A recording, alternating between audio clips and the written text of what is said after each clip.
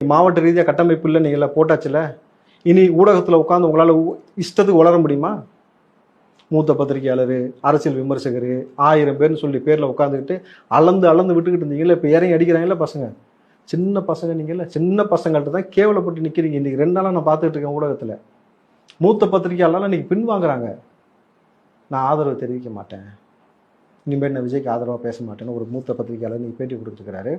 விஜய் பெரிய மன உளைச்சல் இருக்காரன், கட்சியை கலைக்கலாம்னு முடிவு எடுத்துட்டு இருக்காரா, நாளை கழிச்சு கலைச்சிருவாராமா, தெரியுமா? சிரிப்பு வருதில்ல சார். நீங்கள் உங்கள் ஆதரவை நம்பி விஜய் கட்சி ஆரம்பிக்கல. விஜய் சொன்னது அந்த மக்கள்கிட்ட பார்த்து உங்களுக்காக நான் களத்துக்காக வந்துள்ளேன், உங்களுக்காகத்தான் எல்லாம் செய்ய காத்திருக்கிறேன். இன்றைக்கி மாவட்ட செயலாளர்கிட்டும் அதை தான் வலியுறுத்திருக்கிறாரு.